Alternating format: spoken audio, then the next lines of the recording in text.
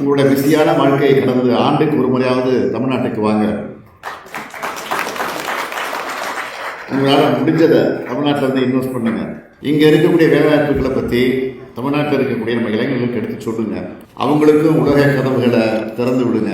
தமிழர்களுடைய வரலாற்றை பண்பாட்டை வெளிக்காட்ட கீழடியை தொடர்ந்து பொருணை அருங்காட்சியகம், கங்கை கொண்ட சோழபுரம் அருங்காட்சியகம்னு அமைச்சிக்கிட்டு இருக்கிறோம் தமிழ்நாட்டில்.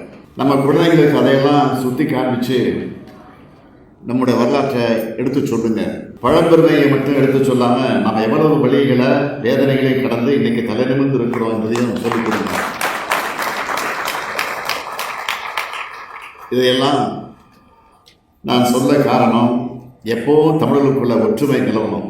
இந்த இடம் எப்போவும் முன்னேற்ற பாதையில் மட்டும்தான் பயணிக்கணும். அதுக்காகத்தான் நம்ம திராவிட மாடல் ஆட்சியில் தமிழ்நாட்டில் ஏராளமான திட்டங்களை செயல்படுத்திக்கிட்டு இருக்கோம்.